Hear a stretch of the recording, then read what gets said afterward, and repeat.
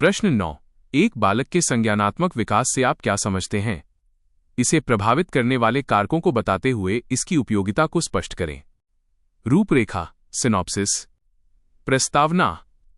संज्ञानात्मक विकास का अर्थ एवं परिभाषा। संज्ञानात्मक विकास को प्रभावित करने वाले कारक।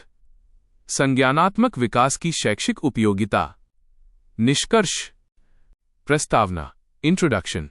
बालक का विकास केवल शारीरिक नहीं होता, बल्कि उसके भीतर सोचने, समझने और तर्क करने की शक्तियों का भी क्रमिक विकास होता है। मनोविज्ञान में इसे ही संज्ञानात्मक विकास, कॉग्निटिव डेवलपमेंट कहा जाता है। यह वह प्रक्रिया है जिसके माध्यम से बालक अपने आसपास के संसार के बारे में ज्ञान अर्जित करता है और समस्याओं का समाधान करना सीखता है। संज्ञानात्मक विकास का अर्थ एवं परिभाषा, मीनिंग एंड डेफिनेशन। संज्ञान कॉग्निशन का तात्पर्य उन सभी मानसिक प्रक्रियाओं से है जिनके द्वारा ज्ञान प्राप्त किया जाता है, जैसे स्मृति, प्रत्यक्षीकरण, परसेप्शन, भाषा, विचार और कल्पना। जॉन पियाजे के अनुसार संज्ञानात्मक विकास केवल सूचनाओं का संग्रह नहीं है, बल्कि बालक के मानसिक ढांचे, मेंटल स्ट्रक्चर्स में होने वाला निरंतर बदलाव है।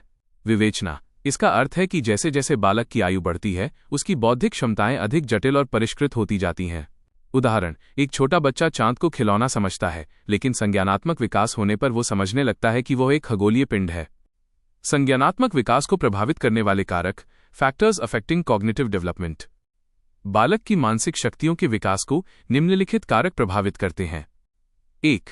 वंशानुक्रम, हेरेडिटी। बालक को अपने माता पिता से जो बुद्धि और मानसिक क्षमताएं विरासत में मिलती हैं, वे उसके संज्ञानात्मक विकास की सीमा तय करती हैं। उदाहरण, तीव्र बुद्धि वाले माता पिता की संतान में प्रायः तार्किक क्षमताएं जल्दी विकसित होती हैं। 2. वातावरण, इन्वायरमेंट। बालक जिस परिवेश में रहता है, वहां उसे मिलने वाले अवसर और अनुभव उसके विकास को गति देते हैं।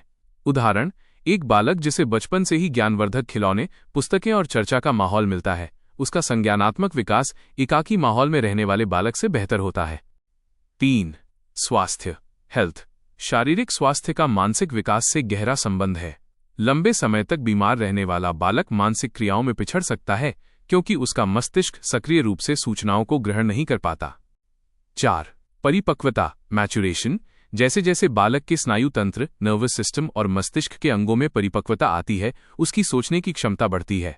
उदाहरण, आप 2 साल के बच्चे को त्रिकोणमिति नहीं सिखा सकते, क्योंकि उसका मस्तिष्क अभी उस स्तर की परिपक्वता तक नहीं पहुंचा है। 5. सामाजिक अंतःक्रिया, सोशल इंटरैक्शन। समाज और मित्रों के साथ बातचीत करने से बालक की भाषा और सामाजिक समझ विकसित होती है। उदाहरण, समूह में खेलने से बालक नियमों को समझना और दूसरों के नजरिए से सोचना सीखता है। संज्ञानात्मक विकास की उपयोगिता, एजुकेशनल सिग्निफिकेंस। एक शिक्षक और अभिभावक के लिए संज्ञानात्मक विकास के सिद्धांतों का ज्ञान निम्नलिखित रूप में उपयोगी है। 1. पाठ्यक्रम निर्माण में सहायक। बालक की मानसिक आयु और उसकी क्षमताओं के अनुसार ही विषयों का चयन किया जाता है। उदाहरण, अमूर्त चिंतन, एब्स्ट्रैक्ट थिंकिंग की कमी के कारण प्राथमिक स्तर पर चित्रों और ठोस वस्तुओं के माध्यम से पढ़ाया जाता है। 2. शिक्षण विधियों का चयन। ये शिक्षक को ये समझने में मदद करता है कि बालक को रटाने के बजाय करके सीखने, लर्निंग बाय डूइंग के अवसर देने चाहिए। 3. व्यक्तिगत भिन्नता की समझ।